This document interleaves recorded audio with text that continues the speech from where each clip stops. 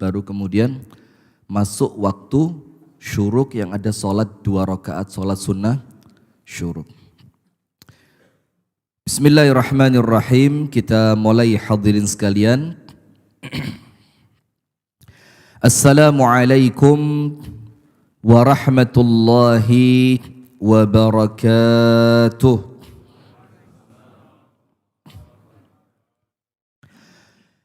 Bismillahirrahmanirrahim. Alhamdulillahi rabbil alamin. Assalatu wassalamu ala ashrafil anbiya'i wal mursalin, nabiyyina wa maulana Muhammadin wa ala alihi wa sahbihi ajma'in. A'udzu billahi minasy syaithanir rajim. Ya ayyuhalladzina amanu taqullaha haqqa tuqatih wa la tamutunna illa wa antum muslimun. Allahumma anta rabbi la ilaha illa anta khalaqtani wa ana 'abduka wa ana 'ala 'ahdika wa wa'dika mastata'tu. A'udzu bika min syarri ma sana'tu, abu'u laka bi ni'matika 'alayya wa abu'u bi dhanbi faghfir li, fa innahu la yaghfiru adh-dhunuba illa anta. Asbahna 'ala fitratil Islam wa 'ala kalimatil ikhlas wa ala dini nabiyyina Muhammadin sallallahu alaihi wasallam wa ala millati abina Ibrahim hanifan musliman wa ma kana minal musyrikin, amma ba'du. Allahumma inna nas'aluka ilman nafi'an wa rizqan tayyiban wa amalan mutaqabbalan. Allahumma 'allimna ma yanfa'una wanfa'na bima 'allamtana wa zidna 'ilman wa hudan wa taufiqan, amin ya rabbal alamin. Hadirin sekalian, ibu-ibu dan bapak-bapak serta jamaah sekalian Masjid Al-Mujahidin, yang semoga kita bersama senantiasa dirahmati dan diberkahi oleh Allah Subhanahu wa ta'ala. Dan kepada seluruh pemirsa Madani TV dimanapun Anda berada, puji dan syukur alhamdulillah kita haturkan kepada Allah atas limpahan nikmat yang Allah karuniakan kepada kita, yang kemudian Allah Ta'ala berfirman, dan ini betul-betul harus masuk ke dalam hati kita. Wa in ta'uddu ni'matallah la tuhsuha. Sekiranya kalian berusaha untuk menghitung nikmat yang Allah beri, niscaya kalian tidak akan pernah mampu menghitungnya.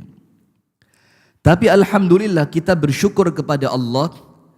Yang Allah perintahkan kepada kita bukanlah menghitung nikmat itu, tapi yang Allah perintahkan adalah mensyukuri. Tidak disuruh hitung. Allah perintahkan kita apa? Mensyukuri. Plus Allah beri janji, la in syakartum la azidannakum. Apabila nikmat itu kalian syukuri, maka nikmat yang kalian syukuri oleh Allah akan ditambah. Sementara para ulama mengatakan, kita tidak pernah lunas membayar hutang syukur kepada Allah. Jadi kita ini, setiap kali kita bersyukur, kita hutang satu syukur kepada Allah. Karena begini, dikasih oleh Allah kenikmatan sehat, diberi nikmat sehat. Zaman ini lagi rame lagi yang namanya Omikron. Kita sama Allah walhamdulillah dikasih nikmat sehat. Maka nikmat sehat ini kita syukuri. Dengan apa? Dengan ibadah. Kemudian saya mau tanya, kemampuan Anda untuk bersyukur itu pemberian dari siapa? Antum semua bisa bersyukur, siapa yang ngasih kemampuan itu? Berarti kemampuan mensyukuri nikmat perlu disyukuri apa tidak?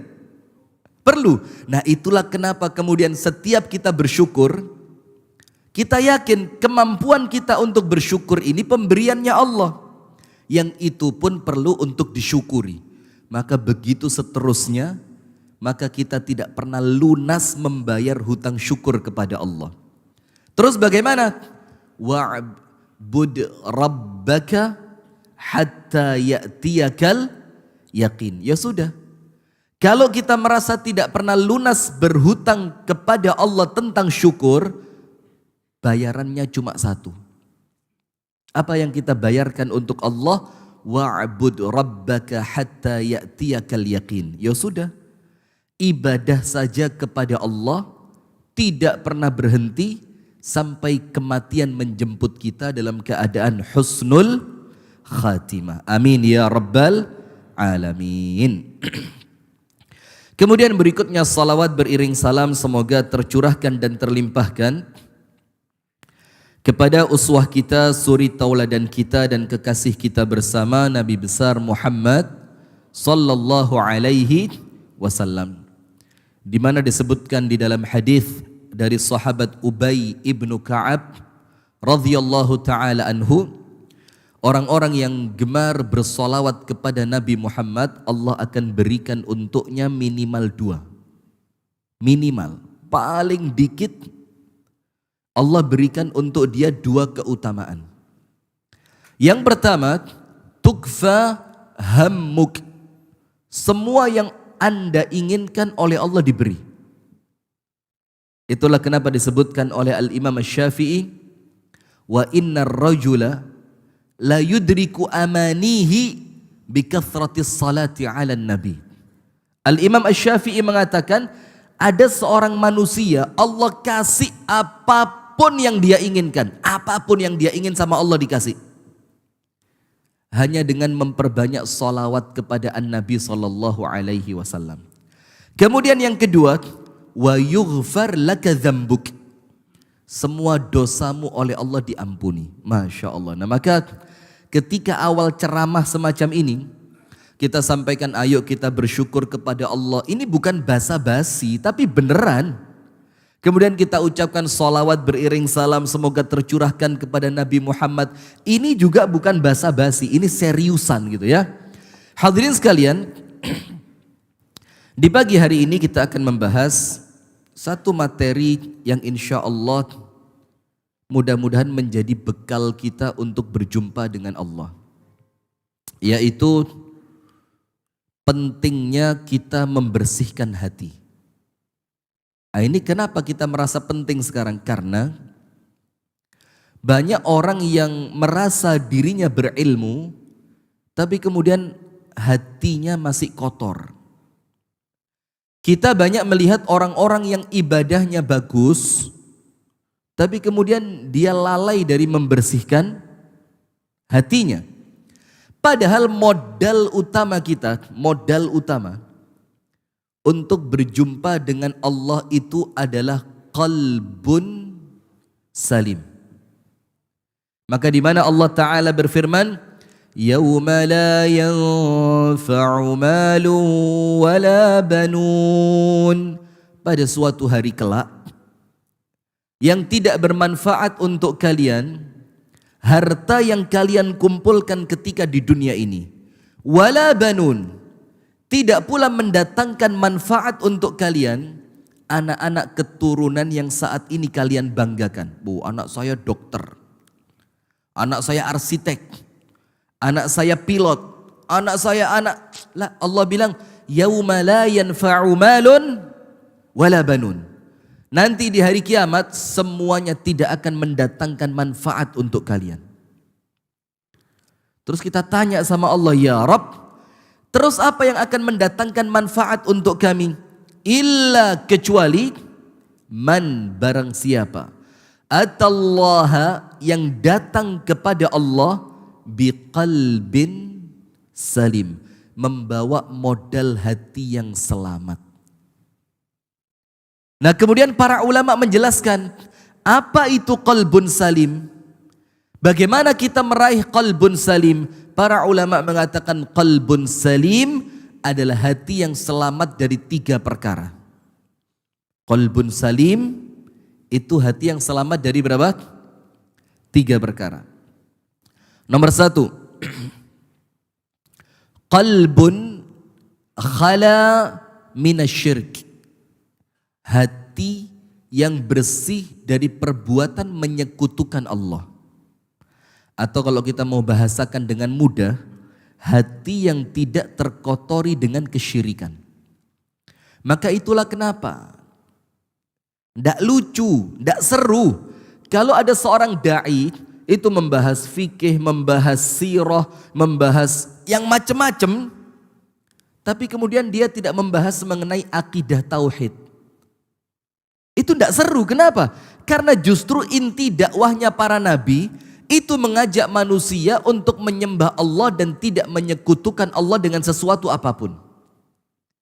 Maka modal utama untuk kemudian mendapatkan qalbun salim itu bersihin dulu hatinya dari perbuatan syirik. Yang kedua, qalbun khala minal bid'ai wal mukhalafat, hati yang bersih dari perbuatan bid'ah dan penyimpangan dari sunnah Nabi. Dan ini juga penting. Dan saya sampaikan di mana-mana. Sekarang ini kan lagi gencar tema-tema ukhuwah, ya enggak? Ayo kita berukhuwah, kita eratkan soft di kalangan kaum muslimin. Jangan terlalu merisaukan adanya khilafiyah di kalangan ulama, kan begitu. Nah, tapi sayangnya khilafiyah ini sekarang nampaknya mulai mencampur adukkan antara yang hak dan yang batil. Padahal toleransi itu cukup kita tidak mengganggu amalan orang lain. Dalam keadaan kita tidak kehilangan prinsip yang kita miliki. Saya ulang ya. Jadi toleransi itu, berukhuwah itu bukan kemudian kita menganggap semua amalan itu benar. Bukan. Cukup kita tidak apa? Tidak mengganggu. Tidak usil secara lisan. Iya enggak? Karena sekarang kan lisannya usil banget. Percuma sholat subuh. Inti sholat subuh masuk neraka. Kenapa? Sholat subuhnya pakai kunut. Wih, coba ini enggak toleransi namanya. Tapi apa? Cukup kita menghormati mereka dan mereka menghormati kita dengan kemudian kita tidak menyalah-nyalahkan mereka dan mereka tidak menyalah-nyalahkan kita. Itulah dalilnya apa? Lana a'maluna walakum a'malukum. Untuk kami amalan kami dan untuk kalian amalan kalian. Maka apabila kita ini tidak meyakini adanya amalan-amalan yang kita tidak tahu dalilnya, ya sudah jangan diamalkan. Tapi jangan gangguin orang lain. Maka yang kedua, kita selamatkan amalan kita untuk mendapatkan qalbun salim itu dari perbuatan yang menyelisihi sunnah. Sudah. Kalau ada sesuatu yang Anda lihat ini tidak tercantum di dalam sunnah Nabi, sudah cukupkan diri, jangan diamalkan. Itu qalbun salim yang kedua. Jadi yang pertama, hati yang bersih dari perbuatan syirik. Nomor 2, hati yang bersih dari amaliyah yang menyelisihi sunnah. Yang ketiga, ini penting. Hati yang bersih dari kebencian kepada umat Islam. Ini penting. Kita ini kadang-kadang beda masjid saja. Beda masjid, udah gak saling sapa. Beda pengajian, sudah gak saling tegur sapa. Beda ustadz yang disukai, udah kayaknya musuh aja udah. Nah, padahal qalbun salim itu hati yang selamat dari membenci kaum muslimin. Nah, sekarang saya mulai. Ini bagaimana ternyata hati yang bersih itu penting. Saya kasih contoh begini. Insya Allah antum semua sudah pernah dengar dalilnya ya. Cuma kemudian kita ingatkan saja untuk kemudian kita kembali menjadikan hati itu penting untuk senantiasa dibersihkan. Ada seorang laki-laki di zaman Nabi besar Muhammad SAW disebutkan di dalam hadis yang sahih. Laki-laki itu mau lewat gitu kan. Sebelum laki-laki ini lewat, Nabi Muhammad mengatakan kepada para sahabat yang bersamanya, yamurru bikum rajulun min ahlil jannah. Sebentar lagi akan lewat di hadapan kalian laki-laki calon penghuni surga. Para sahabat langsung pasang mata. Siapa ini orangnya ini? Karena ini bukan main-main. Rasul bilang sebentar lagi yang lewat ini siapa? Laki-laki yang Allah catatkan dia penghuni surga. Baik, cip. Lewat laki-laki.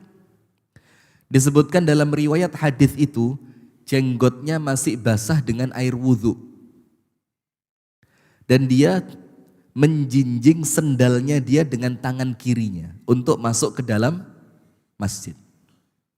Sudah, para sahabat lihat, kok dia? Jadi ada ketidakpercayaan begitu loh. Kok dia? Kami tidak melihat dia ini orang yang ibadahnya spesial. Udah. Karena para sahabat ini nampak wajah tidak percaya, maka Rasul mengulangnya 2 kali pada keesokan hari. Besoknya lagi Rasul katakan, yamurru bikum rajulun min ahlil jannah. Sebentar lagi kata Rasulullah, lewat laki-laki penghuni surga. Para sahabat merasa, Pak, nah kan kemarin salah orang. Itulah kenapa kemarin kami gak percaya. Ternyata yang lewat orang yang sama. Kok dia lagi? Sampai hari yang ketiga, Rasul mengucapkan ucapan yang sama dan lewat adalah laki-laki yang sama. Dan yang lewat siapa? Laki-laki yang sama. Maka setelah hari ketiga, salah seorang sahabat Nabi dalam satu riwayat dikatakan Abdullah bin Umar. Penasaran. Ini amal apa yang dia miliki? Sampai kemudian dia oleh Nabi Muhammad dikatakan penghuni surga. Ini ajaib, ini orang pasti punya amal besar. Maka Abdullah bin Umar izin sama laki-laki itu dengan mengatakan ucapan yang dia bohong tapi kebohongannya untuk kebaikan. Dia bilang begini, boleh gak saya nginep di rumah kamu 3 hari? Karena saya sedang ada masalah dengan keluarga saya diusir dari rumah. Boleh enggak nginep di rumah kamu 3 hari? Laki-laki itu bilang, ahlan wa sahlan, silahkan dengan senang hati. Wah. Sudah, masuk dia ke rumah orang tersebut yang Rasul katakan penghuni surga.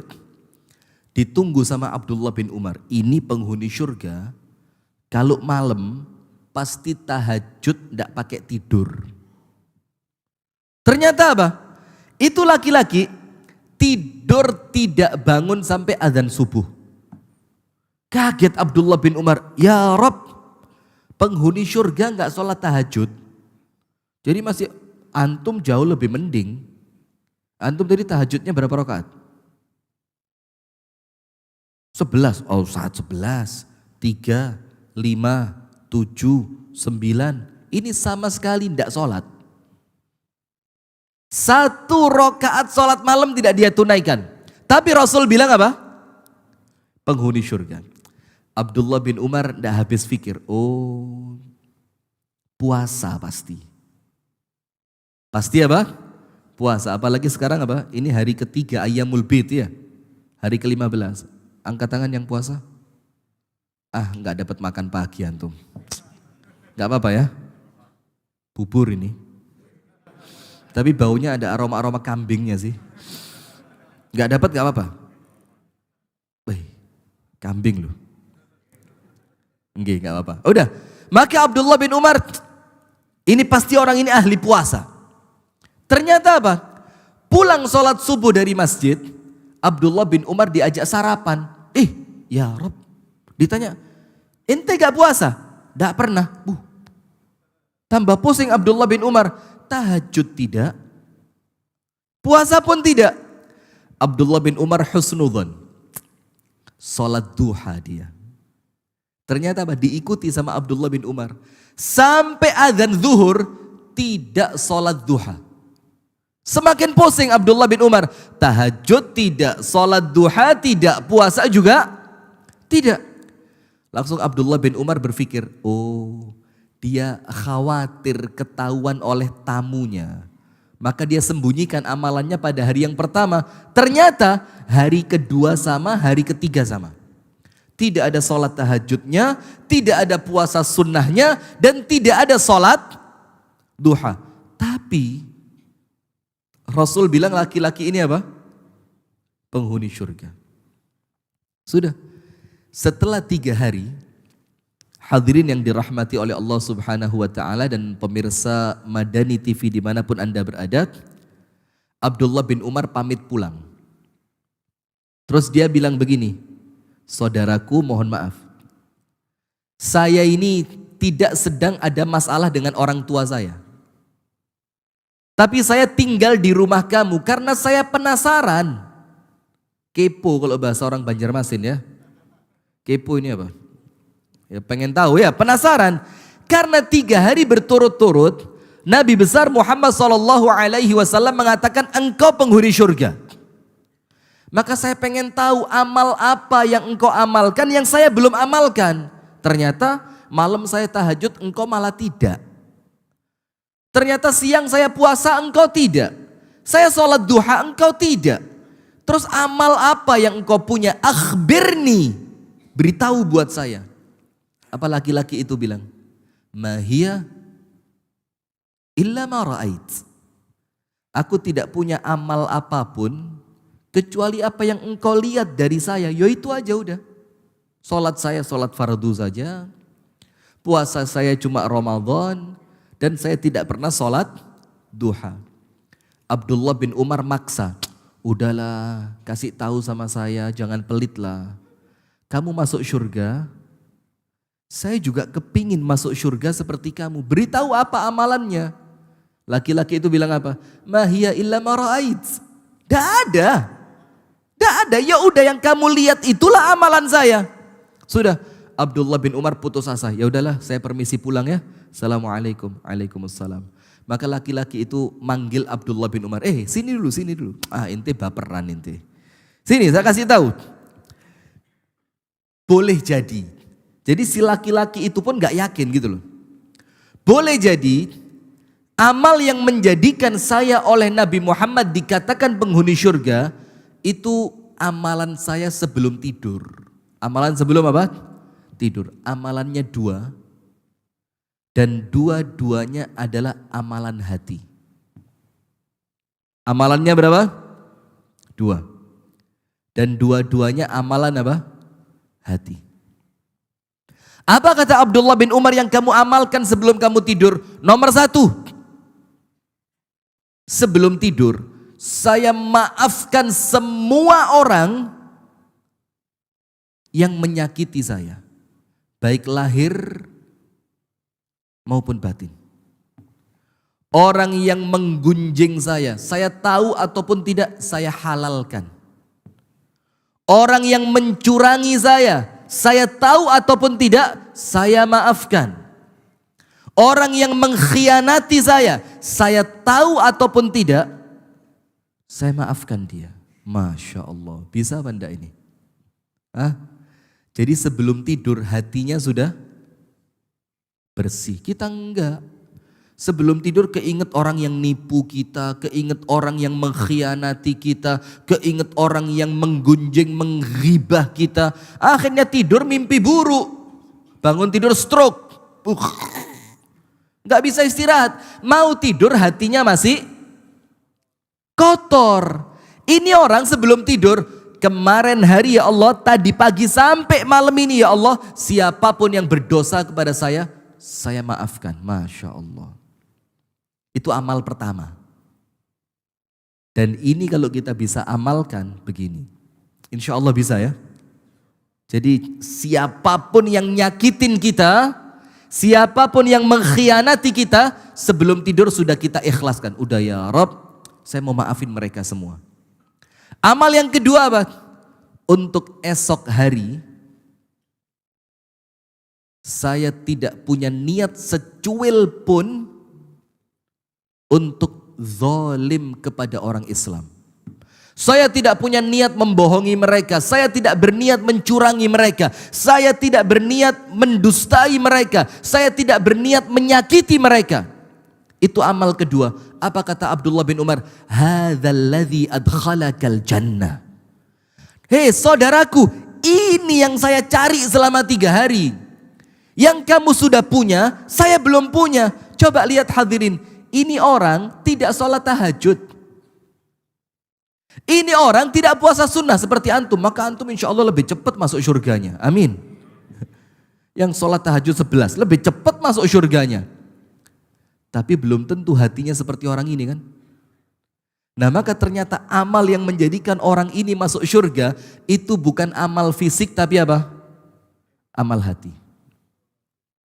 Coba subhanallah, itulah pentingnya kita ini betul-betul menata hati kita kepada orang Islam. Jangan sampai ada orang Islam yang masuk neraka karena kita tidak memaafkan mereka. Antum tahu? Salah satu ulama salaf itu mengatakan begini. Apa pentingnya untukmu ketika nanti di hari kiamat ada orang masuk neraka karena kamu? Coba pentingnya apa buat kita? Misalkan ada orang mengkhianati kita, kemudian tidak kita maafkan dia di dunia, sampai akhirnya nanti di akhirat orang yang mengkhianati kita itu dia masuk ke dalam neraka. Antum bahagianya apa? Antum dapat apa? Saya kasih cerita. Orang itu ketika dizolimi hadirin, antum ya, antum ini, saya pakai bahasa antum, so salah. Pakai bahasa panjenengan juga salah, pian juga. Pakai bahasa apa enaknya? Pian ya, pian. Pemirsa Madani TV saya translate dulu ya. Jadi pian ini untuk orang Kalimantan itu bahasanya sopan Anda gitu ya. Anda sopan gitu ya. Jadi pemirsa Madani TV jangan bingung, pian. Karena ini kita live di TV satelit, TV Madani yang live se-Indonesia. Nah sudah. Begini, Anda saja ya, ketika Anda dizolimi orang lain, pernah gak dizolimi orang? Pernah? Banyak mana? Dizolimi orang atau menzolimi orang? Jujur. Ayo jujur. Lebih banyak menzolimi orang atau dizolimi orang? Hah? Coba dipikir coba. Jadi jangan sekedar nuntut. Ternyata di hari kiamat kita yang dituntut sama orang. Nah sekarang lihat, antum ketika dizolimi orang lain, antum punya 3 pilihan cara untuk membalas. Dan semuanya boleh, dan antum tidak tercela, bukan aib. Jadi kalau antum disakitin orang, ada 3 cara untuk apa? Membalas. Nomor 1, balas sama percis seperti apa yang dia lakukan. Anda ditampar, balas apa? Tampar. Boleh? Boleh. Ada dalilnya? Ada. Apa Allah katakan dalam Al-Quran? Wa jaza'u sayyi'atin sayyi'atum mithluha. Balasan suatu keburukan adalah keburukan yang serupa. Boleh? Boleh. Tapi apa? Antum tidak dapat apapun kecuali merasa puas saja. Dikira saya nggak bisa gitu loh. Tapi setelah itu pahala nggak dapat. Tapi boleh. Boleh. Antum berdosa? Tidak. Selama tidak melampaui batas. Ditampar sekali, balas berapa? Sekali. Gak dapat apapun kecuali puas di dalam hati. Dikira gue takut sama dia. Gak gitu. Yang kedua, antum maafkan di dunia, tuntut di akhirat. Ini sedikit lebih baik dibanding yang pertama. Jadi ketika antum ditampar di dunia, pak, jangan dibales. Antum bilang, nanti di hadapan Allah saya tuntut kamu. Begitu. Terus apa yang antum dapatkan? Nanti di akhirat dosa orang pahala orang yang memukul antum itu antum ambil. Atau dosa antum transfer kepada dia. Itu kalau tidak membalas di dunia tapi nuntut di akhirat. Apa dalilnya? Dalil itu hadithul muflis, orang bangkrut ya. Siapa orang yang bangkrut itu? Ada sholatnya, ada puasanya, ada sedekahnya, ada hajinya, ada umrohnya, ada tilawatul Qur'annya. Tapi dia pernah zalim kepada si fulan, pernah mukul si fulan, pernah menggunjing si fulan, pernah menghibah si fulan, pernah memfitnah si fulan. Ketika sampai di hari kiamat, pahalanya diambil oleh orang-orang yang pernah dia zalimi. Itu yang kedua lebih keren dibanding yang pertama. Di dunia tahan aja, gak usah dibales. Tapi nanti di akhirat antum ambil pahalanya dia atau dosa antum dia yang tanggung. Tapi mau gak yang lebih keren lagi? Nomor 3. Jangan balas di dunia dan jangan tuntut di akhirat. Bisa. Antum sekarang sama orang dipukul dari belakang. Pagang! Antum bilang, walhamdulillah. Saya nggak balas antum dan saya nggak akan tuntut antum di akhirat. Terus dapatnya apa? Hah? Sedekah? Surga? Lah. Apa dapatnya?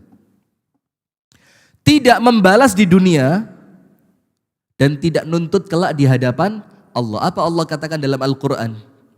Faman 'afa wa aslaha fa ajruhu 'ala Allah.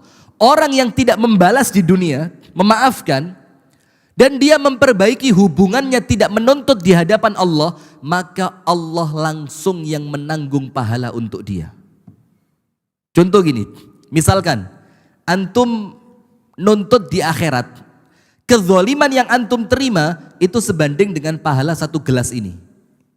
Ini loh, karena kamu waktu itu dipukulnya nggak kenceng-kenceng banget, maka pahalanya cuma sekian, udah. Tapi ketika antum tidak nuntut, Allah kasih pahala bukan segelas tapi segalon. Lebih banyak mana? Maka kalau 1, 2, 3 bales atau nuntut di akhirat, atau tidak bales, tidak nuntut di akhirat, itu yang paling enak yang mana? Yang paling enak nomor 1, 2 atau 3? Ya kalau pas pengajian, kalau pas di luar ya pukul aja ya. Nah maka itulah hadirin fungsinya kita ngaji. Nah orang yang ketiga ini adalah orang yang hatinya bersih. Sehingga dia bisa kezaliman orang lain kepada saya, itu pahala tidak terhingga kelak di mata Allah. Kesulitan yang orang lain timpakan kepada saya, itu pahala tidak terhingga yang akan ana ambil kelak di hadapan Allah. Begitu. Contoh yang kedua. Ini tapi jangan ditiru tekstual ya, nanti salah faham. Tapi kita ambil bahwa ternyata membersihkan hati, amalan hati itu keren banget. Ada dalam hadis riwayat Al-Imam Al-Bukhari, ada dalam hadis riwayat Imam Bukhari. Itu seorang laki-laki yang Rasul ceritakan, kana fi man kana qablakum. Ada seorang laki-laki sebelum zaman kalian, kata Rasulullah. Laki-laki ini tidak pernah ibadah sedikit pun, tidak pernah. Dan semua kemaksiatan dia lakukan. Hebat gak? Ini totalitas ya begini, gak setengah-setengah ya. Jadi semua ibadah tidak ada yang dia lakukan. Dan tidak ada satu kemaksiatan pun kecuali dia kerjakan. Ibadah tidak, maksiat jalan. Ketika dia mau meninggal dunia, dia kumpulkan anak-anaknya. Terus dia tanya, kaifa ana aban lakum? Aku ini untuk kalian bapak yang bagaimana? Maka anak-anaknya bilang, khaira ab. Engkau ini bapak terbaik. Kenapa? Karena semua kewajibannya kepada anak dia tunaikan. Semua duit dikasih, anak kasih duit. Maka anaknya bilang, kamu ini bapak yang terbaik. Terus bapaknya bilang, ya sudah, kalau saya bapak yang terbaik, saya minta satu permintaan. Apa itu? In ana mitu, ini hadisnya sahih riwayat Imam Bukhari. Nanti kalau aku mati, kata bapaknya, ini kan bentar lagi mati. Saya kasih wasiat, tolong saya jangan dikubur, tapi bakar saja sampai habis. Bakar. Terus abu pembakaran saya, itu jangan dibuang sembarangan, jangan. Terus bagaimana? Kalian cari pantai yang anginnya paling kenceng. Nanti pas anginnya bertiup kencang di pinggir pantai, kalian sebar abu saya. Anaknya bilang, Pak kenapa? Udahlah. Kenapa begitu Pak?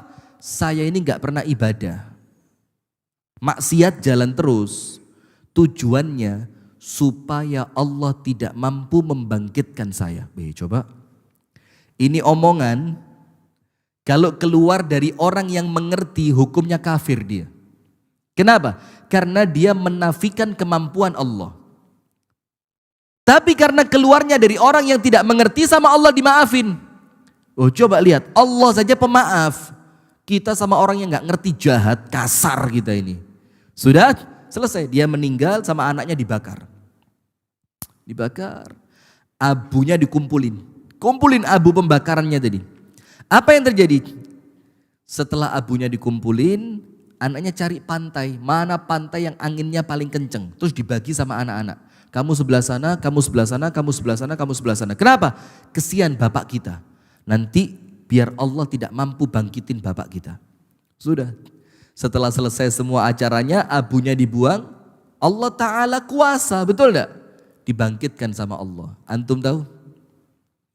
Apa sambutan pertama untuk hamba yang penuh dosa ini dari Allah Ta'ala? Allah tanya dia apa? Ya abdi. Setelah Allah bangkitkan dia, Allah tanya, ya abdi, wahai hambaku, ma hamalaka ala fi'lik. Apa yang menjadikan kamu minta dibakar gak mau dikubur? Kenapa kamu minta dibakar? Kata Allah Ta'ala. Apa jawabannya hamba ini? Jawabannya satu kalimat saja yang menjadikan semua dosanya dia oleh Allah diampuni. Jawabannya apa? Cuma satu kalimat. Yang dengan satu kalimat itu semua dosanya dia oleh Allah diampuni. Apa itu hadirin? Min khasyatika ya Rabb. Min khasyatika ya Rabb. Karena aku takut kepadamu ya Allah. Subhanallah. Saya mau tanya, takut ini urusan hati atau urusan fisik? Urusan hati. Ketika dia mengatakan min khasyatika ya Rabb, karena aku takut kepadamu ya Allah, apa Allah katakan? Malaikat, ayo kumpul semua, jadilah kalian saksi, aku ampuni semua dosanya dia. Karena dia merasa takut kepadaku, subhanallah. Nah ini loh hadirin, bagaimana ternyata amalan hati ini yang menjadikan kita oleh Allah diampuni. Walaupun amalan fisiknya tidak ada. Tapi karena hatinya betul-betul takut kepada Allah, maka oleh Allah dia menjadi orang yang pantas diampuni. Nah sekarang penutup. Ada 3 penyakit hati yang perlu kita bersihkan dari hati kita. Supaya hati ini betul-betul menjadi qalbun salim.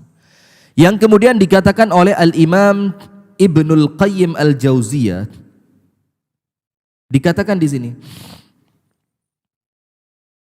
3 penyakit hati ini merupakan induk semua dosa.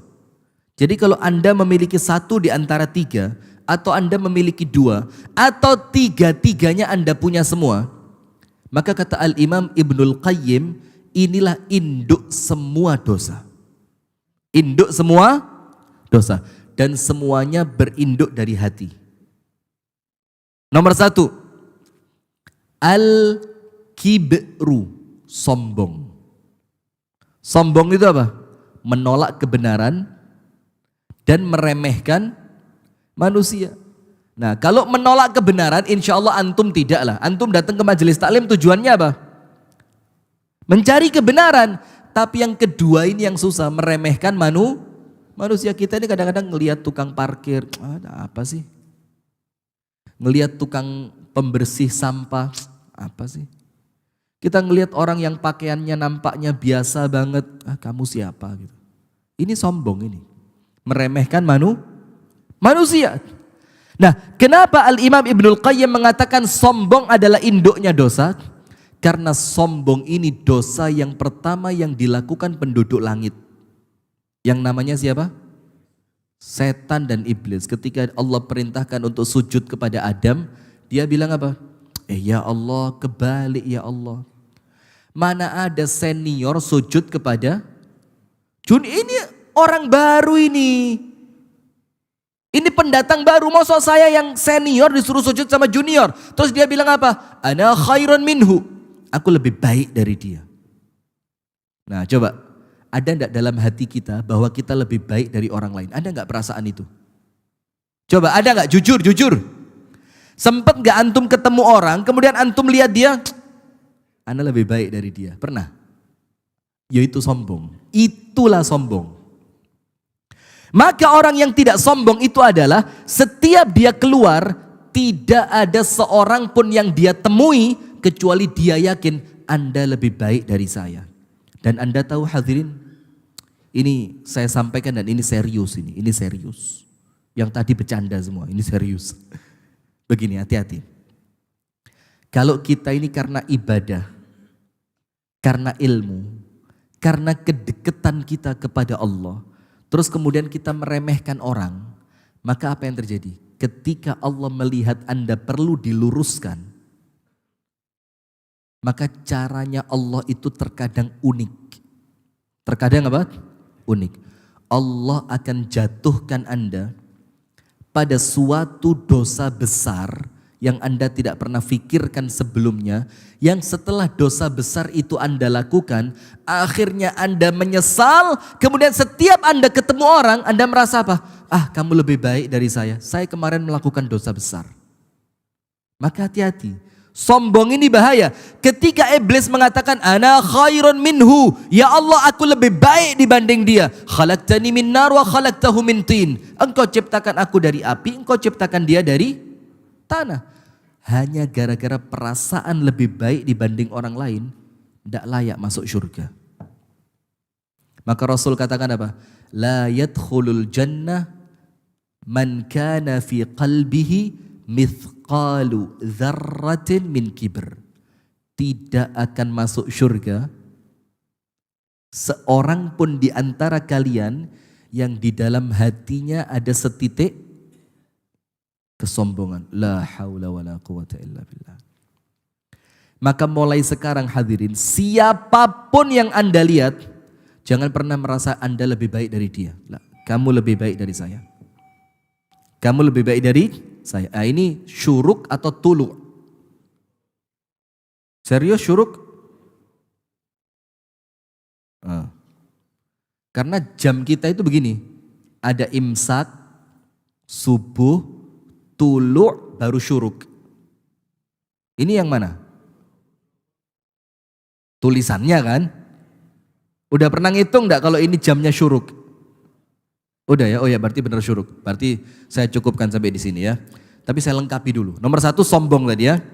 Nomor 2, apa induk dosa itu? Yang ini merupakan penyakit hati. Yang kedua, al-hasad. Hasad itu apa? Gak seneng ngelihat orang lain dapat nikmat. Ketika orang lain dapat nikmat, itu perasaan dalam hati apa? Bergemuruh. Kenapa dia? Kami waktu di Jawa dulu, ada satu pengajian yang kemudian saya nggak perlu sebut tempatnya lah ya, karena sekarang ini zaman somasi itu ya. Nyebut tempat somasi, aduh susah sekarang ceramah online begini, aduh repot, takut kita. Maka begini, ketika kami mau ceramah, itu takmir masjidnya pesen. Biasa materi titipan. Dan repotnya jadi ustadz begitu, sering dititipin materi. Kalau yang ngundang suami, titip ustadz, sikat istri-istri ini ustadz. Kalau yang ngundang perempuan, ustadz tolong suami disindir ustadz. Wah ini repot. Maka takmirnya datang, ustadz tolong nanti disindir dalam materi pengajian. Apa itu? Di tempat kami ini ustadz, saya nyebut merek gak apa-apa ya, karena insya Allah ini TV baik ini. Madani TV insya Allah TV-nya orang beriman, amin. tolong disindir Ustadz, di tempat kami ini, kalau ada orang beli Nmax, itu tetangganya beli Paramax. Dan demi Allah, jujur saya enggak ngerti maksudnya apa ini. Satu beli Nmax, satu beli Paramax. Saya tanya, ada apa? Gini Ustadz, kalau ada tetangga beli motor baru, itu tetangganya ribut sekampung. Itu dibilang, ini mesti habis ngepet ini. Ini mesti habis gerandong uangnya orang ini. Ini pasti pulang korupsi. Ini macam, oh itu, siap. Anda tahu hasad itu apa? Syekh Muhammad bin Shalih Al-Utsaimin mengatakan, hasad itu cukup Anda tidak senang ketika orang lain dapat nikmat. Jadi ketika orang lain usahanya sukses, ketika orang lain rumah tangganya baik, ketika orang lain anaknya menjadi anak yang sukses, istrinya baik, suaminya baik, rumah tangganya baik, Anda merasa, kapan hancur rumah tangga kamu ini ya? Itu orang hasad. Dan apa Rasul ingatkan? Iyyakum wal hasad fa innal hasad ya'kulul hasanat kama ta'kulun narul hatab. Jangan sampai kalian punya penyakit hasad. Kenapa? Karena hasad ini menghabiskan pahala kalian sebagaimana api menghabiskan kayu bakar. Terus pahala kita habis kemana? Kita transfer kepada orang yang kita hasad kepadanya. Berarti mendingan hasad atau dihasati orang lain? Ya dua-duanya enggak dong. Tapi kalau boleh pilih, kita mendingan jangan kita yang hasad lah. Mendingan orang lain hasad kepada kita. Kenapa? Karena secara tidak langsung kita dapat transferan apa? Pahala. Nah, maka hadirin sekalian, orang yang hasad itu ketika orang lain dapat nikmat dia bilang, oh kenapa dia? Itu hasad. Dan kenapa Imam Ibnu Qayyim mengatakan hasad ini induknya dosa? Karena pembunuhan pertama di muka bumi karena hasad. Jadi Anda jangan heran. Kalau ada orang hasad kemudian dia memfitnah Anda, kecil. Orang hasad memfitnah buat dia itu kecil. Ketika ada orang hasad, akhirnya dia menggunjing Anda, itu kecil. Kenapa? Hasad itu bisa sampai membunuh. Qabil dan Habil. Loh kenapa kok Qabil? Loh kenapa kok Habil? Omongan-omongan itu akhirnya menjadikan apa? Qarraba qurbanan fatuqubbila min ahadihima walam yutaqabbal minal akhar. Ketika Allah perintahkan mereka berdua berkurban, Allah terima dari salah satu dan Allah tolak dari yang lain. Punya Qabil ditolak, punya Habil diterima. Kenapa punya Qabil ditolak? Karena ketika kurban yang dikurbankan apa? Yang jelek-jelek. Dia pikir apa? Ah toh kurban saya nggak ikut makan, udah kasih yang jelek juga selesailah. Sementara Habil, walaupun saya nggak makan, tapi yang memerintahkan siapa? Ini perintahnya Allah. Maka ketika Allah yang perintah, harus dikasih yang terbaik. Itu mindsetnya begitu. Udah, maka punya Habil diterima, punya Qabil ditolak. Apa katanya? La aqtulannak, saya bunuh kamu. Kalau waktu kita SD dulu apa? Si Qabil ganteng dinikahkan dengan adiknya yang jelek. Sementara si Habil jelek dinikahkan dengan yang cantik. Dia bilang, wah gak bener ini. Masa jelek ketemu cantik, cantik ketemu jelek. Padahal bener seharusnya ya. Kalau jelek ketemu jelek kan kesian anaknya ya. Susah, nah sudah maka dibunuh. Maka hati-hati. Hasad itu bukan cuma bikin Anda dizolimi orang, tapi sampai membunuh. Dengar gak cerita bagi waris? Satu nggak terima dengan yang lain, akhirnya diapain? Dibunuh. Maka itu penyakit kedua yang perlu kita bersihkan dari hati kita. Jangan hasad sama orang. Kenapa? Karena rezeki milik Allah yang berhak membagi siapa? Allah. Yang terakhir penutup, toma, rakus. Dan rakus ini pula induknya dosa. Kenapa? Ibnu Qayyim mengatakan sebab turunnya Nabi Adam dari surga itu karena toma. Saya mau kasih cerita buat Anda. Di surga itu semuanya ada. Semuanya boleh. Allah bilang cuma satu. Wala taqraba hadhihi syajarah. Adam, Hawa, Semuanya boleh dimakan, semuanya boleh dinikmati, kecuali satu, pohon ini jangan didekati. Nah, namanya manusia. Yang halal gak menarik, yang haram, penasaran. Ada tulisan di pinggir jalan, jangan toleh kiri. Apa yang Anda lakukan? Kenapa gak boleh? Iya apa enggak? Maka sekarang lagi rame warung-warung itu kalau pengen dilihat orang tulisannya apa? Jangan toleh sebelah kiri, Anda malah noleh. Karena jiwa kita ini merasa tertantang untuk sesuatu yang dilarang, betul enggak? Na'udzubillah, na'udzubillah, a'azzanallahu wa iyyakum. Rata-rata orang selingkuh itu, selingkuhannya lebih jelek dibanding istrinya. Saya mau tanya, kenapa ini selingkuhan lebih jelek dari istrinya, kenapa dia selingkuh? Karena yang jelek ini ketika belum dimiliki oleh setan dihiasi. Antum cek di YouTube kami nanti ada 2 judul kajian, selingkuh itu indah. Ada dua pengajian. Karena part 1, bagian pertama nggak nutut, kita lanjutkan pada bagian kedua. Selingkuh itu indah. Nah, ini hati-hati, Toma sudah punya istri. Lah, itu bukan contoh Toma itu, karena laki-laki boleh sampai 4 ya. Apa contohnya ya? Yus pokok tamak lah. Tamak ini kata Ibnu Qayyim menjadikan Nabi Adam turun dari surga. Semua kenikmatan surga oleh Allah diberi, kecuali satu tidak boleh. Malah yang satu itu yang dia inginkan. Itu karena apa? Tamak. Nah, maka kalau kita mau bersihkan hati, bersihkan dari yang 3 ini. Jangan sampai sombong, jangan pernah ngelihat diri kita lebih baik dari orang lain. Yang kedua, jangan sampai hasad. Karena rezeki yang membagi siapa? Allah. Ketika Anda hasad kepada orang lain, Anda sedang protes kepada siapa? Allah. Dan yang terakhir, jangan sampai menyimpan rasa rakus atau tamak. Berarti harus apa? Qanaah. Insya Allah kalau hati kita seperti itu, tidak ada kesombongan, tidak ada hasad kepada orang lain, tidak ada rakus di dalamnya, insya Allah masuk surga tanpa hisab, tanpa adab. Amin ya rabbal alamin. Itu yang dapat kami sampaikan. Pemirsa Madani TV dimanapun Anda berada, kita tutup dengan doa kafaratul majlis. Subhanakallahumma wa bihamdika asyhadu an la ilaha illa anta astaghfiruka wa atubu ilaik. Kurang lebihnya saya mohon maaf. Assalamualaikum warahmatullahi wabarakatuh.